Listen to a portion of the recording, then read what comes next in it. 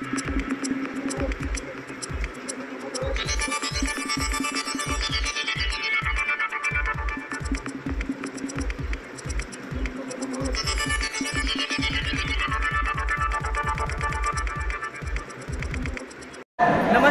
My Mauli Hindi समाचार में आपका स्वागत है और मैं हूं शेख इस्माइल। दर्शकों, आज बेला शहर के गोवर्धन गार्डन में गाउट जूनियर कॉलेज के तत्वावधान में क्रीड़ा दिवस मनाया गया है, यानी आज एनिमल डे मनाया जा रहा है।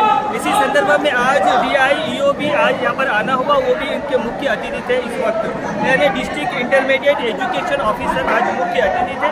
आकर उन विद्यार्थियों को, उन बच्चों को समझाया गया है कि ज़िंदगी को किस तरह से जिया जाए और ज़िंदगी में कैसे कैसे पढ़ाव आते हैं और उसका सामना किस तरह से किया जाए।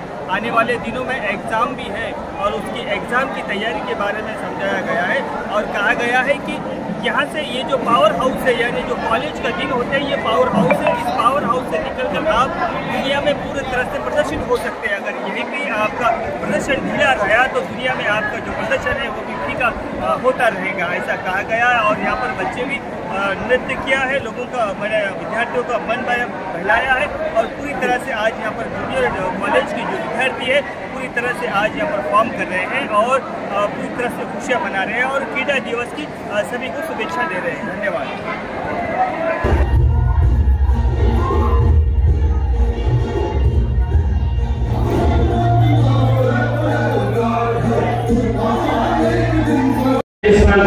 श्री मोहन सागर गारी మరియు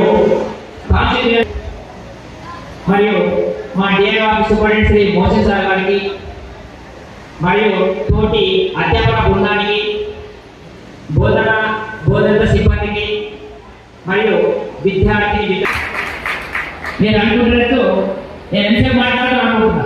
నేను ఎక్కువసేపు మాట్లాడాలి. ఒక 2 నిమిషాలు సందేశాలు ఇచ్చారు. సూక్ష్మంగా పరిశీలించినట్టే కొన్ని విలువలు తెలుస్తాయి.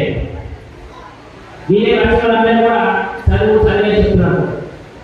కానీ మన ప్రగతి మూల కారణం చదివే.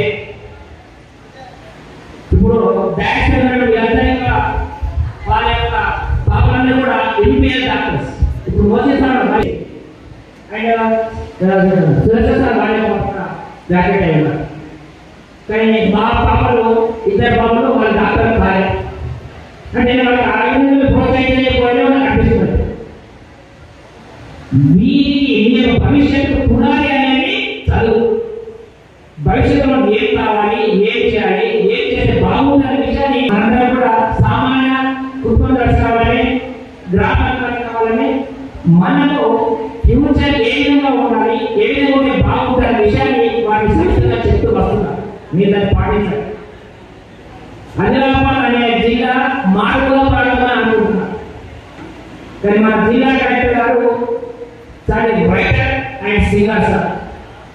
ఆదిలాబాద్ జిల్లాని అభివృద్ధి పరిచే విధంగా ఏదో ఒక రంగంలో మార్పు తేవాలని కాచుకొని ఫస్ట్ ఎంసెట్ స్టార్ట్అప్ కోచింగ్ ఇచ్చారు. Last year just 1 month coaching ఇచ్చారు. అప్పుడు టైం